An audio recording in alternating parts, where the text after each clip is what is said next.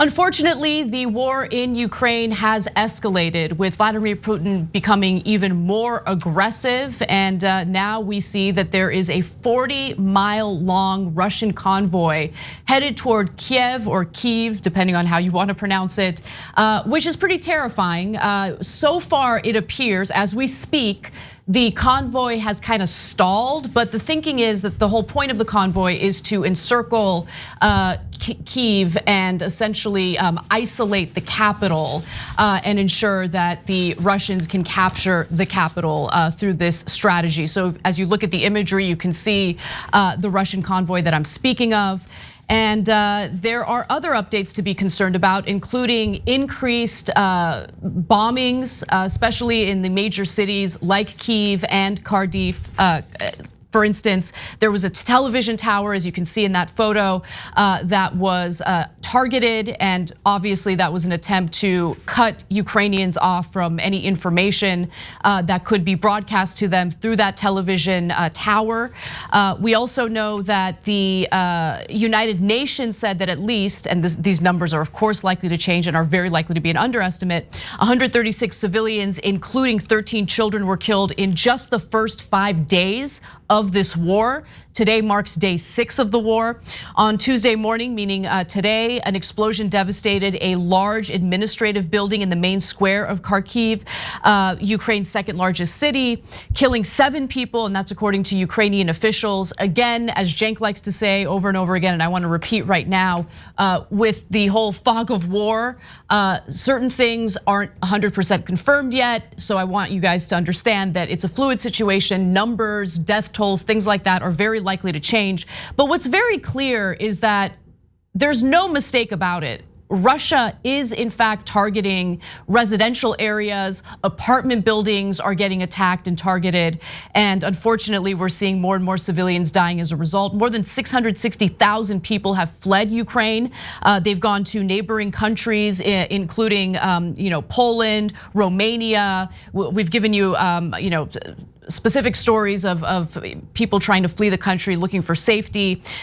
We also know Moldova, Hungary, Slovakia, all of these countries surrounding Ukraine are taking these refugees in, although there is a little bit of discrimination, unfortunately, when it comes to which refugees they're willing to take in, a story that we'll talk about a little later. One other update that I'll give you is a Holocaust memorial in Kyiv was also targeted and destroyed by the Russians. It's the Babin Yar Holocaust Memorial. So for those of you who are unfortunately repeating Russian propaganda about how Russians had no choice but to invade the sovereign country in an effort to root out Nazism, just understand that that is a ridiculous propagandistic talking point, especially when you consider the Nazi elements within Russia versus Ukraine. But with that said, Cenk, I have a lot more updates. Before I get to them, what do you think? Yeah, so first of all, so you understand why there's a fog. Well, obviously there's, it's hard to get information out of a war zone, but also the United Nations is the most careful, so they'll say 13 children killed because that's absolutely confirmed, whereas Zelensky gave a speech earlier today where he said there were 16 children killed in just their second largest city. They might both be right, it's just the UN might not have caught up to those numbers, and by the way, one of them could be wrong. So, but overall, could Russia escalate more? Of course, in fact, we're going to tell you a little bit later in the program about how they've readied their nuclear submarines, and that is very, very frightening. And there's a lot more escalation before you get to nukes, but at the same time, have civilians died? No question. Have civilian buildings been hit? No question. It's on video, and so civilians, children have been killed. No doubt about it at all. And we have to say it in those strong terms because there's so much propaganda everywhere. I mean, to Anna's point about Putin said he's doing this for denazification. I mean, come on, who are you kidding, right?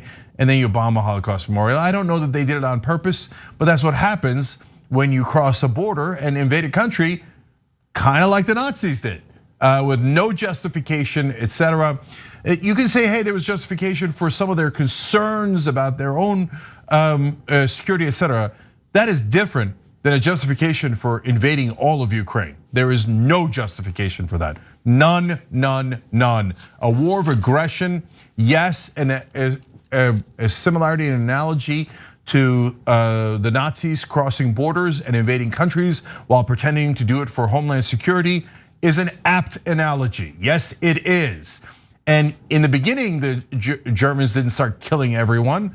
They did a lot of propaganda. They crossed borders, they took over countries, and then things got worse and worse until at least 13 million civilians were killed. And so we don't want to go there, and so what Putin is doing is unacceptable. Now, as we've been the first to tell you, if Russia wins, it's a disaster, but if Russia loses or is about to lose, things get arguably perhaps even more dangerous.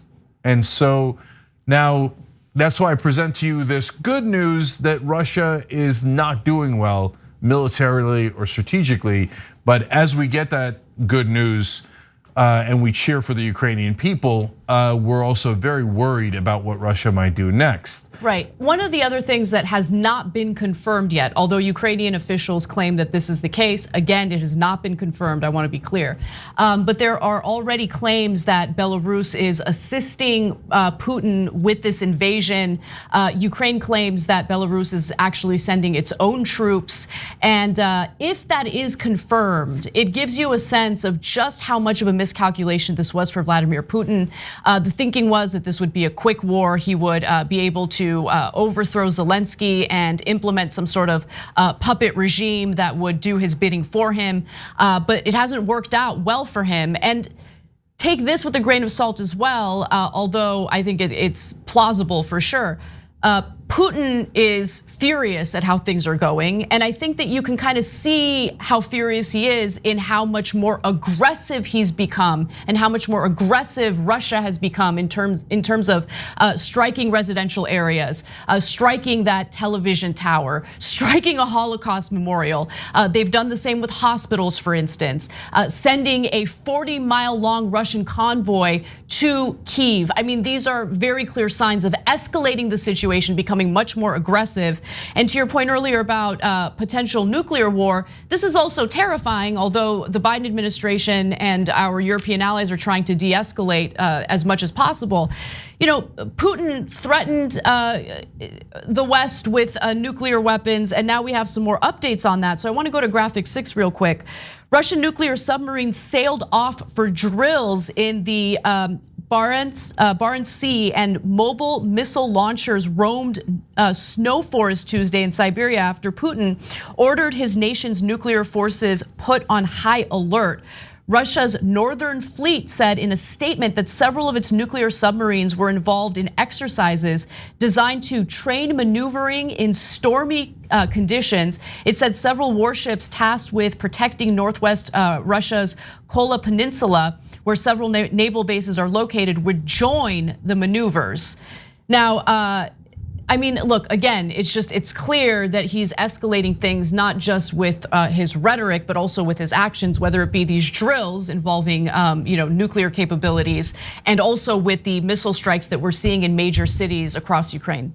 So 2 important things here. When they get to Kyiv and that gigantic convoy of tanks, artillery, etc., arrives and circles the city, then we're gonna see, okay, what's actually gonna happen? Are they gonna overwhelm Ukraine and Kyiv in particular, obviously there?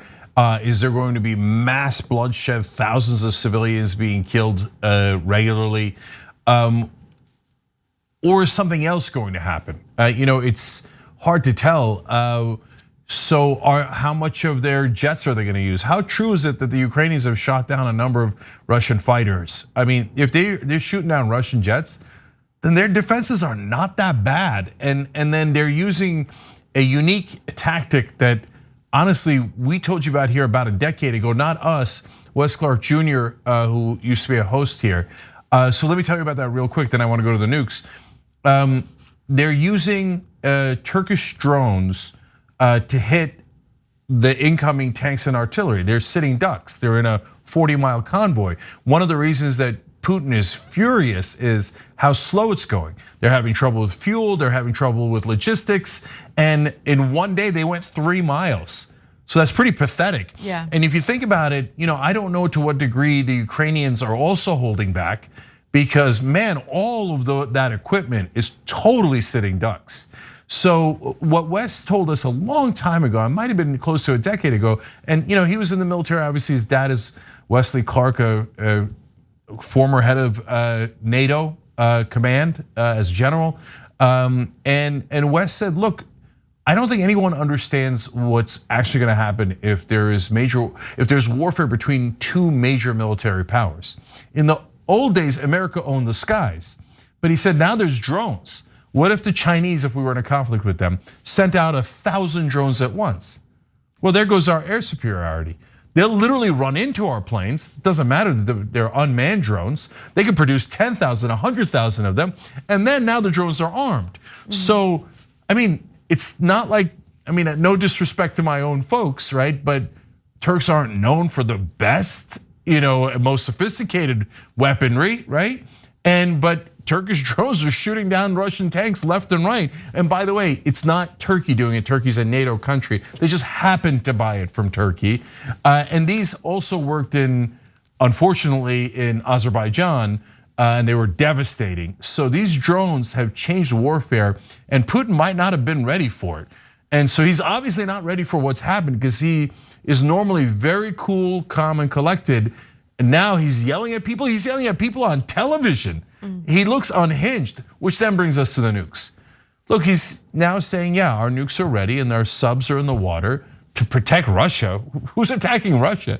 No, as offensive weapons. And look, we're now taking a certain percentage chance with the whole world, with humanity. It's just one guy. What if he's mentally unbalanced? We keep projecting our sanity onto him. But we did that here at home. How'd that turn out for us? It turns out 1/3 of this country is totally nuts. Or a 1/6 believe that people eat children on behalf of Satan. So 1/6 of humanity is totally and utterly nuts everywhere. And it's not like Putin, a strongman, a tyrant, is necessarily known for stability. So he's done horrible things, vicious things. He hasn't been known for being mentally unstable, don't get me wrong, but we're taking a chance with all of humanity. And look, Biden, for his part, has really gone out of his way to attempt to de-escalate things, especially when it comes to the nuclear threats coming from Russia. In fact, there have been multiple reporters who have asked the Biden administration if Americans should be concerned about nuclear war, and he says no, absolutely not. While Russia keeps using these threats of nuclear war, the West is not retaliating or doing the same, which is good news. But the thing that really does concern me is Putin a rational actor, right? Because if he is a rational actor, then you can at least kind of predict what motivates him, what the incentives and disincentives are. He has completely destroyed the Russian economy with this invasion. Clearly, he has invaded Ukraine with this massive miscalculation. Innocent people are dying as a result of that on both sides. Well, I wouldn't say both sides. I mean, you have Russian troops in Ukraine, a sovereign country, but Russian troops are dying as well, I should say that.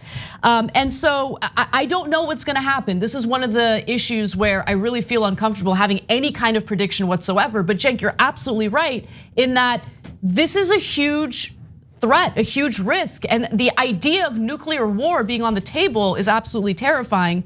And what could make it worse, what could escalate it, is what the United States and our European allies are being asked to do, which is to implement a no-fly zone above Ukraine. No way, and we'll talk about that in more detail in a later story, but that would escalate the situation. The question is, what do you do in response to this Russian aggression toward Ukraine? No, I actually want to give Biden credit here. Look, things can change, but as things stand now, I think he's actually done a great job of balancing things. So in the beginning, we were worried his sanctions weren't tough enough. Now they're really tough.